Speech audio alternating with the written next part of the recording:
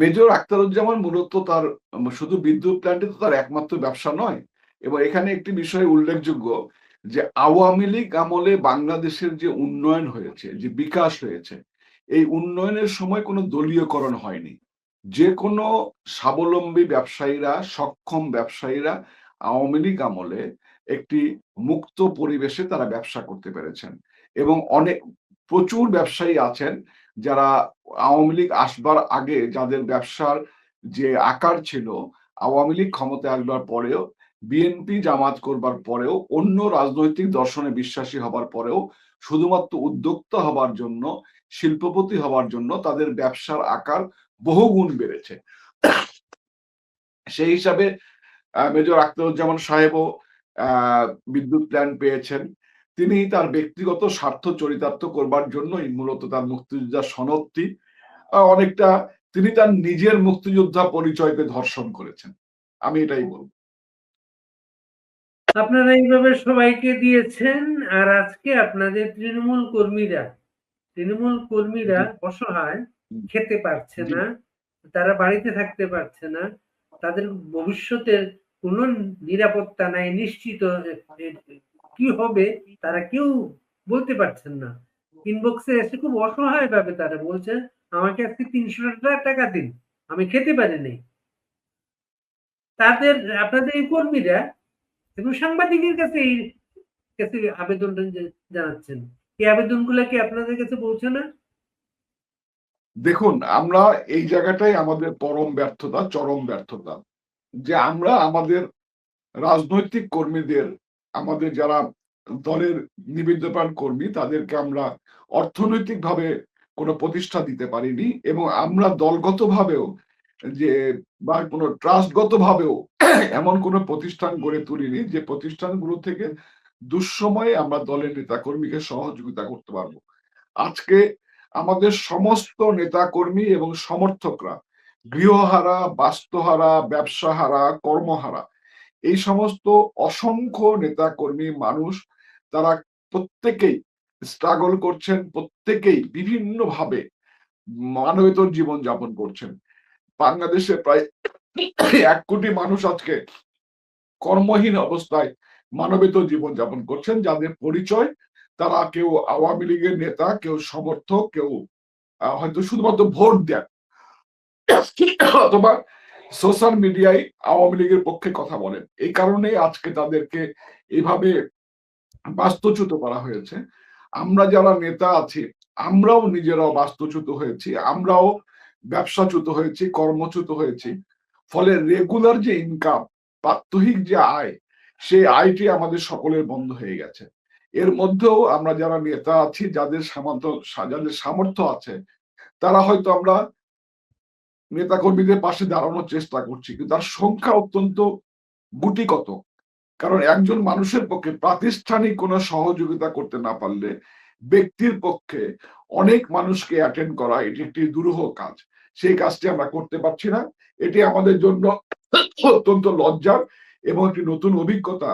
এই অভিজ্ঞতা থেকে আমাদেরকে ভবিষ্যতে পরিকল্পনা করতে হবে, দুর্নীতি না করে, স্বজনপ্রীতি না করেও ট্রাস্ট ভিত্তিক কিছু সংগঠন দাঁড় করিয়ে বৈধ ব্যবসা বা বৈধ কাজ করার মধ্য দিয়ে আমাদের কিছু আর্থিক প্রতিষ্ঠান দাঁড় করানো উচিত, যেগুলো দিয়ে আমরা দুস্থ নেতা কর্মীকে বিভিন্ন সময় আমরা সহযোগিতা করতে পারি, তাদের মেধাবী সন্তানদের লেখাপড়া সহ অন্যান্য বিষয়ে আমরা সহযোগিতা করতে পারি। এই জায়গাটি নতুন করে আমাদের ভাবতে হচ্ছে। আল্লাহ যদি আমাদের সুদিন দেন, ইনশাল্লাহ সুদিন আসবেই, সেদিন আমরা বৈধভাবেই, বৈধ পথেই এবং সৃজনশীল পথেই কিছু প্রতিষ্ঠান দাঁড় করাবো, ট্রাস্ট ভিত্তিক প্রতিষ্ঠান দাঁড় করাবো, যেগুলো দিয়ে দলের নেতাকর্মী এবং সমর্থকদের এবং দুস্থ মানুষের পাশে আমরা দাঁড়াতে পারি। এগুলো তো করবেন ভবিষ্যতে, এখন তারা কিভাবে টিকে থাকবে তারা? দেখুন, এখনকার যে রূঢ় বাস্তবতা, সেই রূঢ় বাস্তবতা মোকাবেলা অর্থনৈতিকভাবে মোকাবেলা করবার মতো সামর্থ্য আমাদের নেই। এর মধ্যেও আমরা চেষ্টা করছি সীমিত আকারে, সেই সীমিত আকারে চেষ্টা দিয়ে এত ব্যাপক মানুষের আহ উপকার উপকার করা আমাদের পক্ষে সম্ভব হচ্ছে না। এই জন্য আমরা লজ্জিত, এই জন্য আমরা দুঃখিত। কিন্তু এই রূঢ় বাস্তবতার মুখোমুখি দাঁড়িয়ে আমরা আসলেও এই বিষয়টাই অসহায় বোধ করছি। আজকে যখন আপনি আমাদের অনুষ্ঠানে আসবেন আমরা ঘোষণা দেই, সেখানে আমিনুল ইসলাম সুমন নামের একজন আপনাকে নিয়ে লিখেছেন। তার বিরুদ্ধে অন্যতম অভিযোগ, তিনি যে বিভাগের দায়িত্বে রয়েছেন সেখানে তিনি যোগাযোগ রাখছেন না। দয়া করে এই বিষয়ে সরাসরি প্রশ্ন করবেন।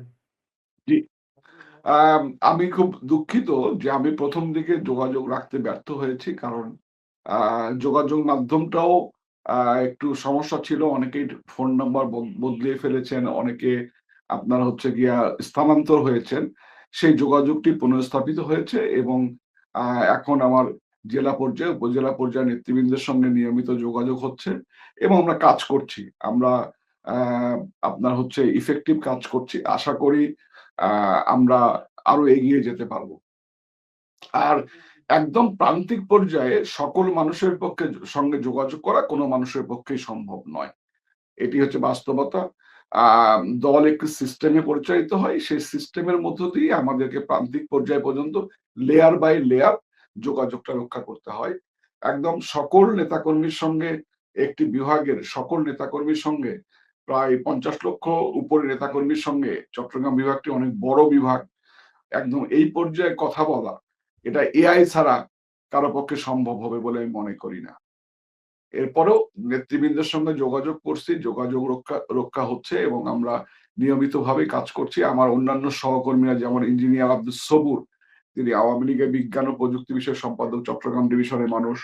তারপরে আমাদের সুজিত রায় নন্দী, সাংগঠনিক সম্পাদক, তিনি রংপুর বিভাগের দায়িত্বে আছেন। এরপরেও তিনি চট্টগ্রামের সন্তান হিসাবে তিনিও যোগাযোগ রাখছেন। আমরা সার্বিকভাবে চেষ্টা করছি। আলাউদ্দিন আহমেদ নাসিম, তিনি যোগাযোগ রাখছেন। আমরা সার্বিকভাবে চেষ্টা করছি। আমরা এখন টিম ওয়ার্ক ডেভেলপ করেছি। ইনশাআল্লাহ একদম তৃণমূল পর্যায় পর্যন্ত আমাদের যোগাযোগগুলো সচল থাকবে সবসময়। গত ১৫-১৬ মাসে আহ, আওয়ামী লীগ সভানেত্রী প্রধানমন্ত্রী শেখ হাসিনা অবিস্মরণীয় যে কাজটি করেছেন, তৃণমূলের নেতা কর্মীদের সাথে সরাসরি সম্পর্ক, কথা বলা। আমরা গ্রাসরুটের ছেলে মেয়েদের এখানে অনুষ্ঠানে আনি, তারা অবাক হয়ে আমাদের অবাক করে বলেন, আমি ৩ বার কথা বলেছি, আমি ৫ বার কথা বলেছি। এইভাবে তাদের সাথে যোগাযোগটা সরাসরি আপনার সভানেত্রী। আপনার সভানেত্রীর বিরুদ্ধে তাদের কোনো অভিযোগ নেই। অভিযোগ শুধু আপনারা দায়িত্বপ্রাপ্তদের বিরুদ্ধে। এটা কেন হচ্ছে? অবশ্যই, অবশ্যই এরকম একটি সেটব্যাক এর পরে, এরকম একটি আপনার হচ্ছে গিয়া বিপর্যয়ের পরে যারা আমার দায়িত্বে আছি, দায়িত্বপ্রাপ্ত নেতৃবৃন্দ আছি, আমাদের সকলের বিরুদ্ধে অভিযোগ উত্থাপিত হবে, অভিযোগ উপস্থাপিত হবে, অভিযোগের ডালপালা গজাবে। অনেক অভিযোগ, সত্য অভিযোগের সঙ্গে কিছু আপনার ফ্যাব্রিকেটেড অভিযোগ আসবে। এটি খুব মানে রূঢ় বাস্তবতা। এই রূঢ় বাস্তবতা একজন রাজনীতিবিদ হিসাবে, একজন রাজনৈতিক কর্মী হিসাবে আমাদের গ্রহণ করতেই হবে। এটি গ্রহণ করার মানসিকতা আমাদের রয়েছে। আমি শুধু এটুকু বলতে চাই, চট্টগ্রাম ডিভিশনে সাংগঠনিক ভিত্তি আমাদের বেশ মজবুত ছিল এবং ৪ তারিখ পর্যন্ত, অর্থাৎ ৫ তারিখের সকালের সেটব্যাকের আগ পর্যন্ত চট্টগ্রাম ডিভিশনে মোটামুটি সব জায়গায় আমাদের নেতাকর্মীরা সদর্বেই তাদের অবস্থান ঠিক রেখেছিল। শুধুমাত্র চট্টগ্রাম মহানগরে ৪ তারিখে একবার সেনাবাহিনীর একটি দল আমাদের নেতাকর্মীর উপর গুলিবর্ষণ করে কিছুক্ষণের জন্য আমাদেরকে পিছু হটতে বাধ্য করেছিল। আবার সেই জায়গাটি চট্টগ্রামের বীর জনতা, বীর ছাত্র জনতা, তারা আবার সদর্পে চট্টগ্রাম নিউ মার্কেট চত্বর অবস্থান গ্রহণ করে এবং চট্টগ্রাম ডিভিশনে কোথাও বড় ধরনের বিপর্যয় হয়নি। কুমিল্লায় আপনার বড় বিপর্যয় হয়নি, আপনার নোয়াখালীতে হয়নি। সব জায়গায় মোটামুটি একটা রাজনৈতিকভাবে মোকাবেলা করেছে। লক্ষ্মীপুর এবং ফেনীতে কিছু বিপর্যয় হয়েছিল, সেটিও মোকাবেলা করা সম্ভব হয়েছে। সাংগঠনিক দিক দিয়ে চট্টগ্রাম ডিভিশন বেশ শক্তিশালী। এখনো চট্টগ্রাম ডিভিশনের নেতাকর্মীরা অনেক সক্রিয় এবং আমি বিশ্বাস করি যে সামনের যে আন্দোলন সংগ্রাম হবে সেখানেও চট্টগ্রাম ডিভিশনের নেতাকর্মীরা বেশ সাহসী ভূমিকা পালন করবেন। তারা প্রথাগতভাবে সংগ্রামী, বীর চট্টলার ইতিহাস অনেক সমৃদ্ধ। মুক্তিযুদ্ধে প্রত্যেকটি গণতান্ত্রিক আন্দোলনে বীর চট্টলার অবদান অত্যন্ত গুরুত্বপূর্ণ সেই জায়গাটি তারা অব্যাহত রাখবেন বলে আমি বিশ্বাস করি। আপনার বিরুদ্ধে কতগুলো মামলা আছে? অনেকগুলো। হত্যা মামলা কত?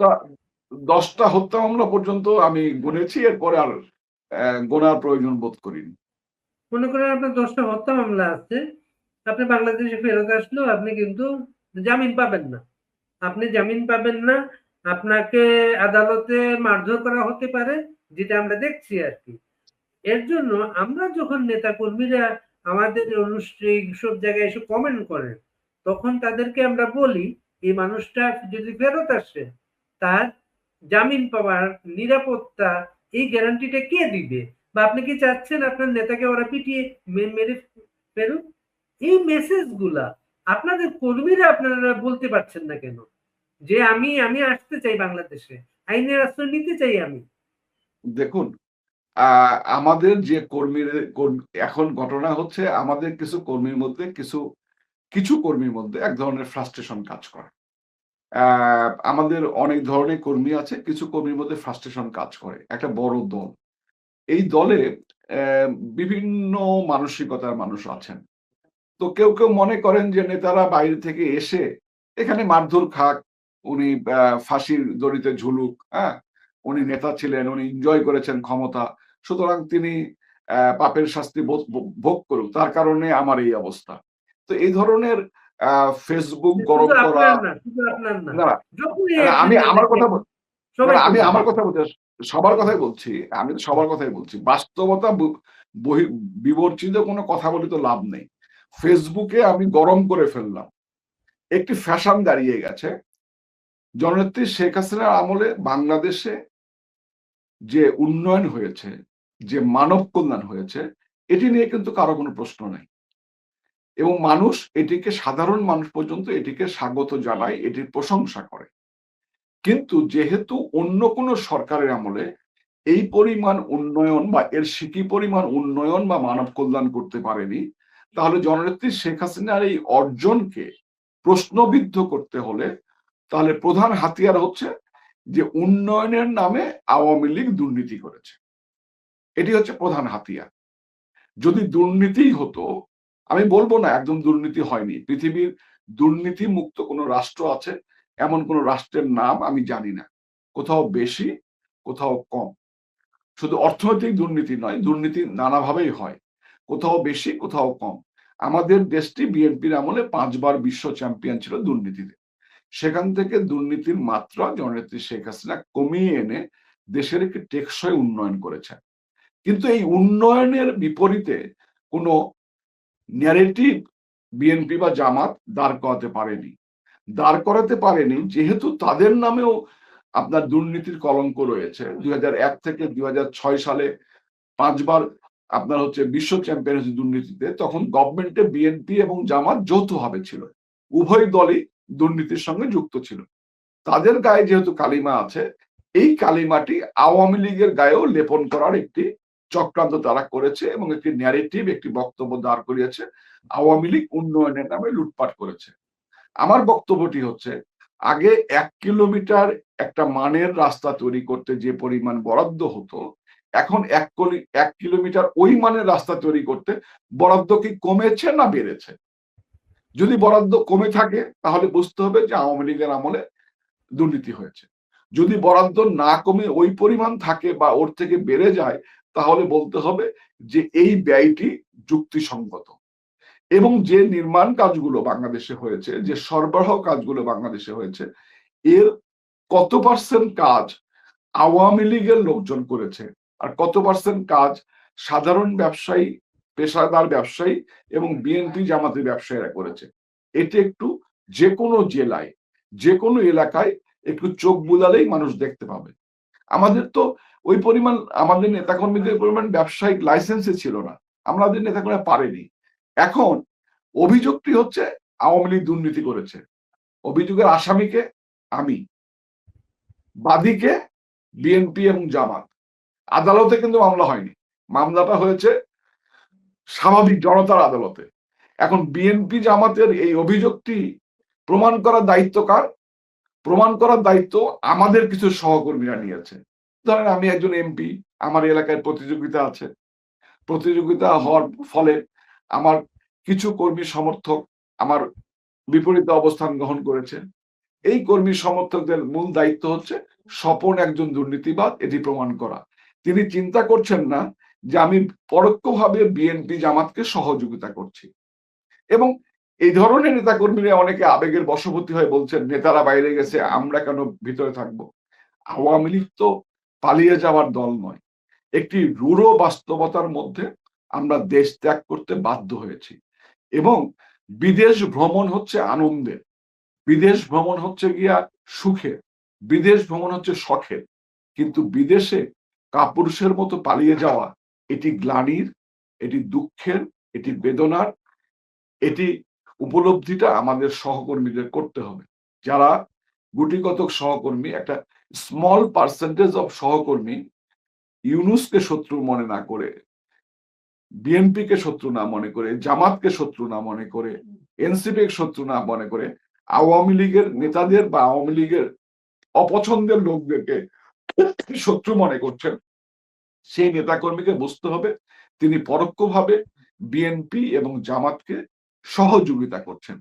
সাক্ষী দিয়ে বিএনপি এবং জামাতের বায়বীয় অভিযোগটিকে মানে অবাস্তব অভিযোগটাকে তিনি সমাজে প্রতিষ্ঠিত করছেন।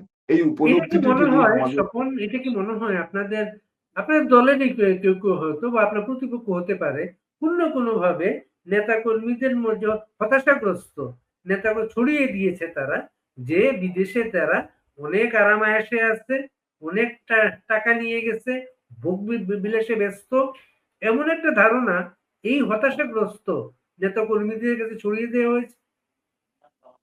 জি, এটি একটি রূঢ় বাস্তবতা। যারা বিদেশে অবস্থান করছেন তাদের বিরুদ্ধে যেহেতু জামাত বিএনপি একটি পরিকল্পিত প্রচারণা চালাচ্ছে, এই প্রচারণার সঙ্গে আমাদের দলের হয়তো 1% নেতাকর্মী, এত বড় দল 1% নেতাকর্মী তারা বিভিন্নভাবে এটিকে তারাও এটাকে প্রচার করে এক ধরনের সুখ লাভ করছে, কিন্তু এইটি বাস্তবতা নয়। এটি বাস্তবতা নয়। আওয়ামী লীগের রাজনীতির সঙ্গে আজন্মভাবে জড়িত নেতাকর্মীরা দুর্নীতির সঙ্গে সম্পৃক্ত ছিল না, দুর্নীতি করার সুযোগও পায়নি। আওয়ামী লীগের অভ্যন্তরে আপনাকে আমি একটা জিনিস বলি ফজলু ভাই, আপনি তো খুব প্রতিষ্ঠা সাংবাদিক এবং আপনি অনেক বড় বাংলাদেশের ভেতর বাহির অনেক কিছু জানেন। 2014 সালের পর থেকে একটি দুর্ভাগ্যজনক নির্বাচনের পর থেকে সরকারে রাষ্ট্রযন্ত্রে রাজনীতিবিদের গুরুত্ব ক্রমশ কমে গেছে। সিভিল এবং মিলিটারি আমলা পুরা রাষ্ট্রযন্ত্রকে গ্রাস করে ফেলেছিল এবং এই সিভিল এবং মিলিটারি আমলারাই আমাদের এই যে পতন অথবা আমাদের এই যে বিপর্যয়, এই বিপর্যয়ের মূল কলকাঠিটি সেখান থেকেই নড়েছে। আওয়ামী লীগের আপনি খেয়াল করে দেখবেন একটি জেলা পর্যায়ে জেলা প্রশাসকের কার্যালয়ে যখন কোনো সভা হয়, সমন্বয় সভা হোক আর যে সভাই হোক, সেখানে জেলা প্রশাসকের সিটিং এবং অতিথি মন্ত্রী বা আপনার পদ এমপি বা পদমর্যাদা সম্পন্ন যারা রাজনীতিবিদ তাদের সিটিং অ্যারেঞ্জমেন্ট কিন্তু একরকম নয়। সেখানেই রাষ্ট্রযন্ত্রের পাওয়ারটা কিন্তু আপনি দেখতে পাবেন। এই যে রাষ্ট্রযন্ত্র যে আমলাতন্ত্র, আমাদের অতিরিক্ত আমলা নির্ভরতা, অতিরিক্ত প্রশাসন নির্ভরতা, এটি আমাদেরকে আজকের রাজনৈতিক বিপর্যয়ে ফেলেছে। এই উপলব্ধিটা রাজনৈতিক কর্মী হিসাবে প্রত্যেককে করতে হবে এবং রাজনীতিকে রিভিল করতে হবে। রাজনীতি ছাড়া বাংলার মানুষের মুক্তি হবে না। আওয়ামী লীগও দল হিসাবে সাংগঠনিকভাবে দাঁড়াতে পারবে না এবং রাজনীতি ছাড়া ভবিষ্যতে রাষ্ট্র পরিচালনার ক্ষেত্রে করার সুযোগ পেলে আবারও অনেক ভুল হবে। সুতরাং রাজনীতিবিদদের ক্ষমতায়ন এবং রাজনীতিবিদদের অধিকতর দক্ষ করে তোলা এটি আমাদের একটি মূল অনেক বড় দায়িত্ব বলে আমি মনে করি। আপনারা বাংলাদেশে নেই এবং বাংলাদেশে একটা নির্বাচনের কাজ চলছে। আপনারা বলেই যাচ্ছেন আপনারা নির্বাচনে অংশ নিতে চান। আপনাদের নিবন্ধন নেই, কোনোভাবে তারা সেটা অনুমোদন করছে না আপনারা ইলেকশনে আসবেন। এমনকি এখন ইলেকশনের মাঠে যারা আছে তারা কেউ চায় না আপনারা ইলেকশনে আসেন, কিন্তু কর্মীরা কোনো স্পষ্ট বক্তব্য পাচ্ছেন না। তারা কি নির্বাচনটা কি বর্জন করবেন না প্রতিহত করবেন? আমরা নির্বাচনটি করতে চাই। আওয়ামী লীগ নির্বাচনমুখী দল। আওয়ামী লীগ জনগণের রায়ের উপর বিশ্বাস করে। আওয়ামী লীগের সমস্ত অর্জনই জনগণের দোয়ায়, জনগণের সমর্থনে অর্জিত হয়েছে। মহান মুক্তিযুদ্ধের পূর্বেও 1970 সালে যখন সামরিক শাসনের মধ্যেও ইয়াহিয়া খান নির্বাচন দেয়, সেই নির্বাচনও তৎকালীন অনেক রাজনৈতিক দল বয়কট করেছিল, কিন্তু জাতির পিতা শেখ মুজিব সেই নির্বাচনে অংশগ্রহণ করেছিলেন এবং জনগণের রায় নিয়ে তিনি তৎকালীন পাকিস্তানের মেজরিটি পার্টির নেতা হিসাবে, সবচেয়ে জনপ্রিয় নেতা হিসাবে, জনগণ নির্বাচিত নেতা হিসাবে আবির্ভূত হয়েছিলেন এবং এরই ধারাবাহিকতায় ক্ষমতা হস্তান্তর না করার পরিপ্রেক্ষিতে আমাদের মুক্তিযুদ্ধের পরিবেশ সৃষ্টি হয় এবং তার নেতৃত্বে একটি নির্বাচিত জনপ্রতিনিধিত্বমূলক সরকারের নেতৃত্বেই মহান মুক্তিযুদ্ধ বাংলাদেশে সংগঠিত হয়। এই যে ম্যান্ডেট জনগণের, এই ম্যান্ডেটটি অত্যন্ত গুরুত্বপূর্ণ। এ কারণেই আমরা নির্বাচনে অংশগ্রহণ করতে চাই। অতি প্রাচীন বাংলাদেশের প্রাচীনতম রাজনৈতিক দল আওয়ামী লীগের নিবন্ধন বাতিল করাটি একটি অবৈধ আদেশ। এই অবৈধ আদেশটি অবিলম্বে প্রত্যাহার করতে হবে। আমরা জনগণের দুয়ারে দাঁড়াতে যেতে চাই। জনগণ যদি আমাদের প্রত্যাখ্যান করে, তাহলে আমরা জনগণের রায় মেনে নেব। জনগণ যদি প্রত্যাখ্যান না করে, তাহলে যারাই নির্বাচিত হবেন সে নির্বাচিত সরকার রাষ্ট্র পরিচালনা করবে ভবিষ্যতে। আমরা সেক্ষেত্রে সরকারি দলেও বসতে পারি, আমরা বিরোধী দলে বসতেও প্রস্তুত। আমরা পার্লামেন্টের স্পিকারের ডানেও বসতে প্রস্তুত, বামেও বসতে প্রস্তুত। আমাদের সেদিক দিয়ে কোনো আপত্তি নেই, যদি জনগণ আমাদেরকে জায়গা নির্ধারণ করবে। এখন অন্যান্য রাজনৈতিক দল কেন চায় না আওয়ামী লীগ নির্বাচনে আসুক? ভয় তো একটাই, বাংলাদেশে আজকের বাস্তবতায় জননেত্রী শেখ হাসিনার চেয়ে জনপ্রিয় কোনো রাজনৈতিক ব্যক্তিত্ব তো বাংলাদেশে নেই। তিনি বাংলাদেশে নির্বাচন করলে, এমনকি তিনি নিজে নির্বাচন যদি নাও করেন, তিনি যাকে প্রার্থী দেবেন তাকেই জনগণ ভোট দেবে। আমি এটা আগেও বলেছি, এখনো বলি, জননেত্রী শেখ হাসিনাকে তারা ভয় পায়, আওয়ামী লীগকে তারা ভয় পায়। কারণ জনগণ আবারও মনে করছে যে এই দেশ পরিচালনার জন্য, এই দেশকে একটি নিরাপদ রাষ্ট্রে পরিণত করতে, এই দেশের কৃষকের স্বার্থ নিশ্চিত করতে, এই দেশের শ্রমিকের স্বার্থ নিশ্চিত করতে, এই দেশে ব্যবসা বান্ধব পরিবেশ সৃষ্টি করতে, এই দেশে কর্মসংস্থান সৃষ্টি করতে, অর্থনীতিকে এগিয়ে নিয়ে যেতে হলে, আইন শৃঙ্খলাকে ভালো রাখতে হলে জননেত্রী শেখ হাসিনাই পারফেক্ট লিডারশিপ। অতএব জননেত্রী শেখ হাসিনাকেই রাষ্ট্র পরিচালনার দায়িত্ব বাংলাদেশের মেজরিটি জনগণ দিতে চায়।